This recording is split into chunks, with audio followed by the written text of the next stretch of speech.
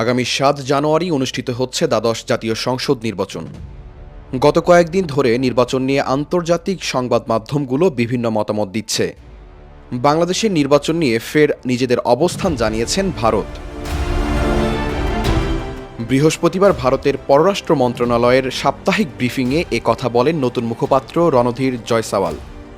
বাংলাদেশের নির্বাচন বিষয়ে ভারতের অবস্থান জানতে চাইলে জয়সাওয়াল বলেন, বাংলাদেশের নির্বাচন নিয়ে আমরা প্রতিনিয়তই বলে আসছি, বাংলাদেশের নির্বাচন তাদের অভ্যন্তরীণ বিষয়।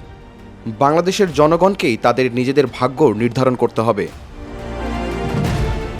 ভারত বাংলাদেশের নির্বাচনে কোনো পর্যবেক্ষক পাঠাবে কিনা এমন প্রশ্নের জবাবে কোনো মন্তব্য করেননি জয়সাওয়াল। তবে কূটনৈতিক সূত্রে জানা গেছে, বাংলাদেশের নির্বাচন কমিশনের আমন্ত্রণে ভারতের সিনিয়র ডেপুটি নির্বাচন কমিশনার ধর্মেন্দ্র শর্মার নেতৃত্বে একটি দল বৃহস্পতিবার ঢাকায় এসেছে। প্রতিনিধি দলটি আগামী ৯ জানুয়ারি অর্থাৎ নির্বাচনের ফল প্রকাশিত না হওয়া পর্যন্ত বাংলাদেশে অবস্থান করবে। উল্লেখ্য, গত ২৯ ডিসেম্বর বাংলাদেশের আসন্ন নির্বাচনকে দেশের অভ্যন্তরীণ বিষয় হিসেবে উল্লেখ করে ভারতের পররাষ্ট্র মন্ত্রণালয়ের মুখপাত্র অরিন্দম বাগচি।